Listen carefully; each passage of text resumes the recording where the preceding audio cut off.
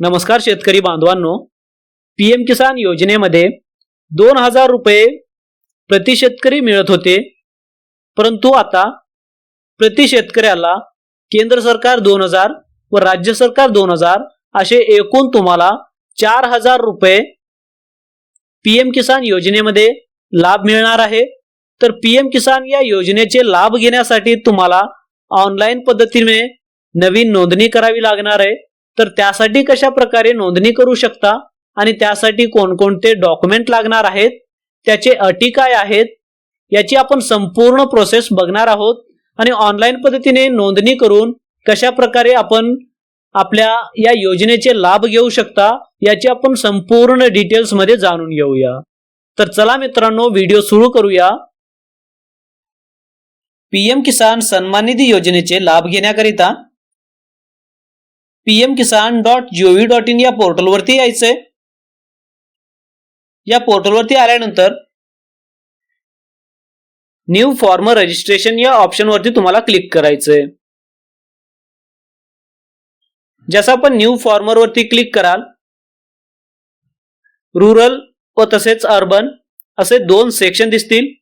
यामध्ये जे ग्रामीण विभागातील शेतकरी असतील ते रूरल सिलेक्ट करतील, जे अर्बन असतील शहरी विभागातील जे शेतकरी आहेत ते अर्बन सिलेक्ट करतील। त्यानंतर ज्या शेतकऱ्यांचं तुम्ही नवीन नोंदणी करणार आहात त्यांचा आधार नंबर टाकायचे। त्या आधारला जे मोबाईल नंबर लिंक असेल तेच मोबाईल नंबर या ठिकाणी टाकून घ्यायचे, ज्यावरती ओटीपी येतील। त्यानंतर स्टेट तुम्हाला निवडायचंय, तुमचा स्टेट।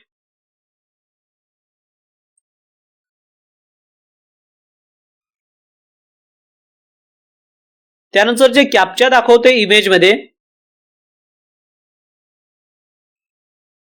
ऍज इट इज तुम्हाला त्या इमेज मध्ये जसं दाखवते तेच तुम्हाला या ठिकाणी टाकून घ्यायचंय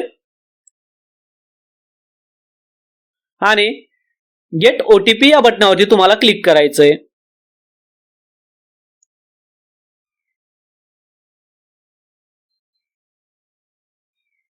या ठिकाणी मोबाईल नंबर जे आहे नेमकं तेच मोबाईल नंबर टाकायचंय ज्या मोबाईलला आधार कार्ड लिंक असेल,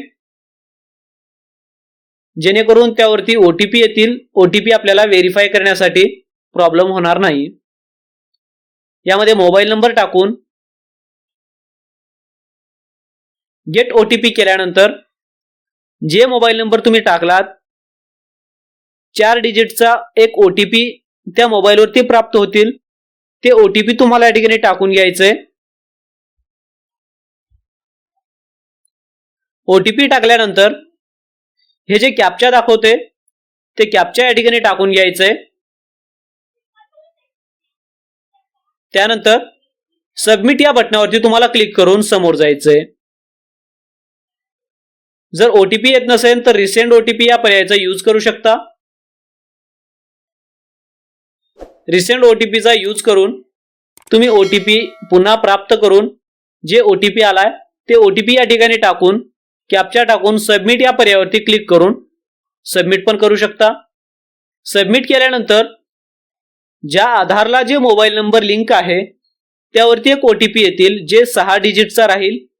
6 अंकी जे ओटीपी आहे ते ओटीपी तुम्हाला या ठिकाणी टाकून घ्यायचंय आणि कॅप्चा टाकून व्हेरीफाय आधार ओटीपी या ऑप्शन वरती तुम्हाला क्लिक करायचंय। व्हेरीफाय वरती जसं आपण क्लिक कराल, या ठिकाणी तुमचं जे बेसिक डिटेल्स असणार आहेत, तुमची जमीन कोणत्या गावात असतील त्या गावाची डिटेल्स, जसं की या ठिकाणी डिस्ट्रिक्ट, तुमचा जिल्हा या ठिकाणी सर्वप्रथम सिलेक्ट करायचा आहे। त्यानंतर सब डिस्ट्रिक्ट म्हणजेच तालुका तुमचा,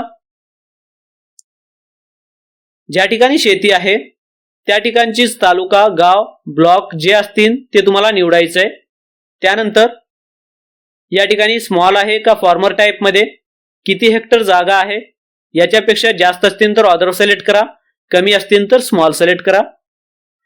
त्यानंतर कॅटेगरी कोणती, कॅटेगरी वाइज सिलेक्ट करायची आहे। त्यानंतर हे जे लँड रजिस्ट्रेशन आय डी आहे, लँड रजिस्ट्रेशन आय डी म्हणजेच तुमच्या सातबाऱ्यावरती एक UL पिन राहणार आहे. जसे की या ठिकाणी तुम्हाला एक एक्झाम्पल मध्ये दाखवतो. यामध्ये जसा पण एक सातबारा असन, सातबारामध्ये लेफ्ट साइडला UL पिन अशा प्रकारे दाखवतील. हे जे UL पिन आहे, UL पिन तुम्हाला या लँड रजिस्ट्रेशन आय डी मध्ये टाकायचंय. लँड रजिस्ट्रेशन आय डी म्हणजेच या ठिकाणी UL पिन जे आहे, तुम्हाला हे जे UL पिन दाखवतोय, हे UL पिन तुम्हाला या ठिकाणी टाकून घ्यायचंय. ज्या सातबाऱ्याची तुम्ही नोंद करणार आहात तेच UL पिन या ठिकाणी टाकायचंय. त्यानंतर राशन कार्ड नंबर म्हणजेच RC नंबर. जर RC नंबर तुम्हाला माहिती नसतील तर याच्याविषयी मी अगोदरच एक व्हिडिओ बनवला आहे. ते व्हिडिओ बनवून तुम्ही व्हिडिओ ऑटोमॅटिकली RC नंबर जे आहे तुम्ही काढू शकता आधार कार्डच्या द्वारे. तर त्यासाठी तुम्हाला तुमच्या मोबाईलमध्ये एक मेरा राशन नावाचं ॲप जे आहे तुम्हाला इन्स्टॉल करावं लागेल. या ठिकाणी तुम्हाला सर्च करून घ्यायचं प्ले स्टोअर मध्ये.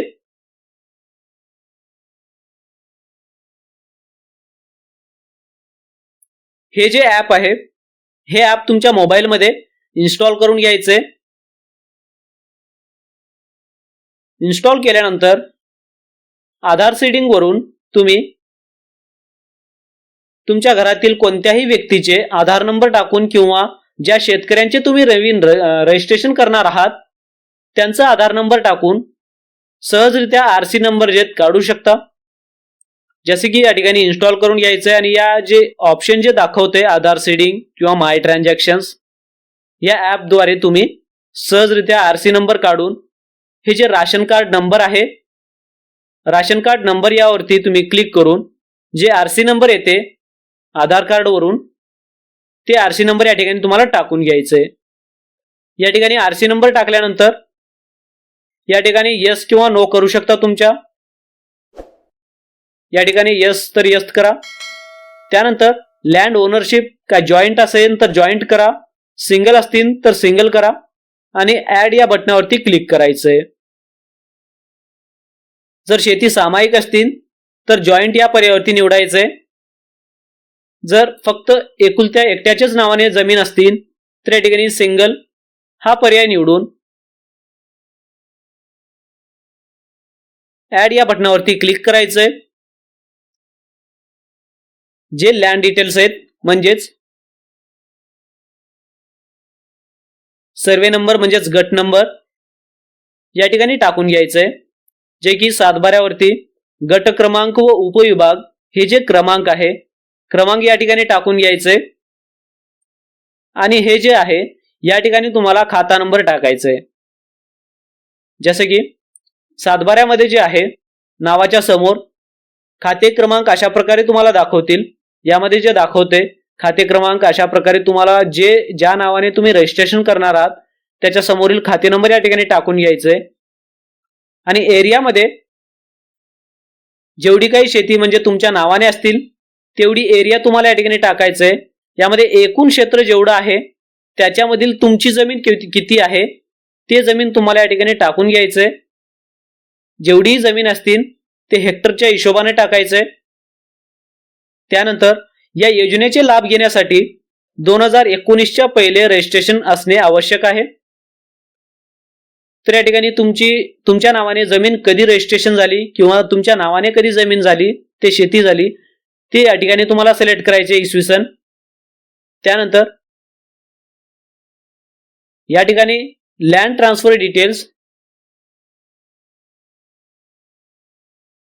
तुम्हाला कशाद्वारे तुमची ही जमीन तुम्हाला भेटलाय, गिफ्टेड आहे का वारस म्हणून भेटलाय का तुम्ही खरेदी केलाय, यामधील जे काही तुमच्या कॅटेगरीमध्ये मोडते ते तुम्हाला इथं सिलेक्ट करायचं आहे. आणि लँड डेट वेस्टिंग जे आहे शेवटचा फेरफार क्रमांकाचा जे डेट असणार आहे, जसे की या ठिकाणी सातबाऱ्यावरती तुम्हाला शेवटचा फेरफार क्रमांक त्याचा जे दिनांक राहील ते दिनांक या ठिकाणी तुम्हाला टाकून घ्यायचंय. आणि ऍड या बटनावरती तुम्हाला क्लिक करायचंय. जसे की मी हे डिटेल्स सगळे ऍड करून घेतो.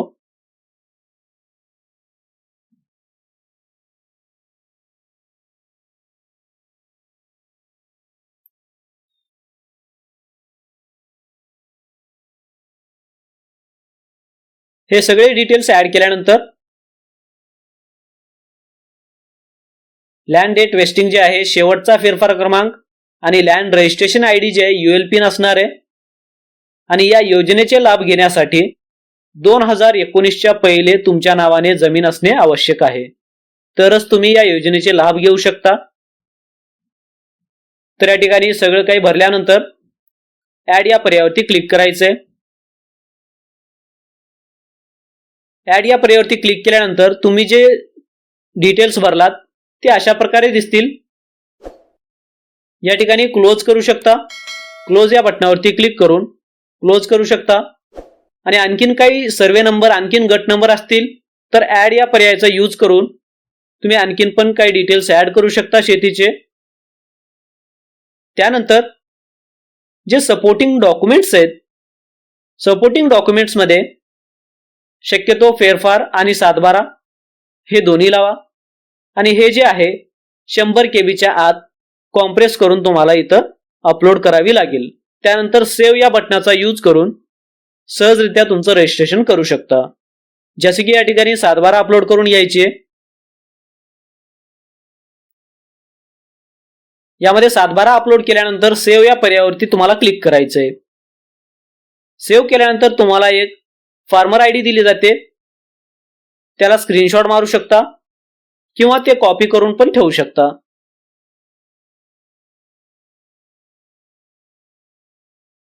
त्यानंतर तुम्हाला PM किसानच्या मेन पोर्टलवरती यायचंय, म्हणजेच PM किसानचा जे होम पेज आहे त्यावरती यायचंय. त्याचं स्टेटस चेक करण्यासाठी तुम्हाला ज्या शेतकऱ्यांचं तुम्ही केलात होम पेज वरती आल्यानंतर खाली स्क्रॉल करायचंय आणि इथं status of self register farmer यावरती तुम्हाला क्लिक करायचंय.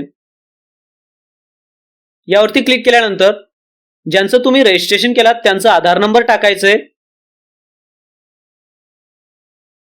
ॲज इट इज कॅप्चा टाकून घ्यायचंय.